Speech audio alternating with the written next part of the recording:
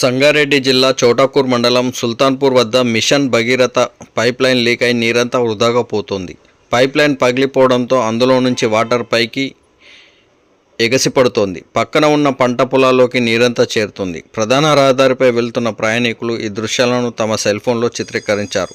ప్రస్తుతం machine Bhagiratha pipe పగిలి నీరంతా వృధాగా పోతున్నా పట్టించుకునేవారు కరువయ్యారు. మిషన్ భగీరథ పైప్లైన్ లీక్ కావడం అధికారుల నిర్లక్ష్యం వల్లే జరుగుతోందని స్థానికులు ఆరోపిస్తున్నారు. ఇప్పటికైనా సంబంధిత అధికారులు పైప్ నుంచి నీరు లీకేజీ కాకుండా అన్ని రకాల చర్యలు తీసుకోవాలని స్థానికులు డిమాండ్ చేస్తున్నారు.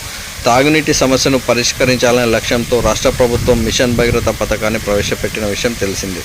ఇంటింటికి మంచినీటి సరఫరా చేసేందుకు ఈ పథకాన్ని అమలు చేస్తోంది. అయితే కొన్ని చోట్ల తరచూ పైప్లైన్లు లీక్ అయి నీరంతా వృధాగా పోతుండడంపై అధికారుల నిర్లక్ష్యం కొట్టొచ్చినట్టు కనిపిస్తోందని ఆరోపణలు వినిపిస్తున్నాయి.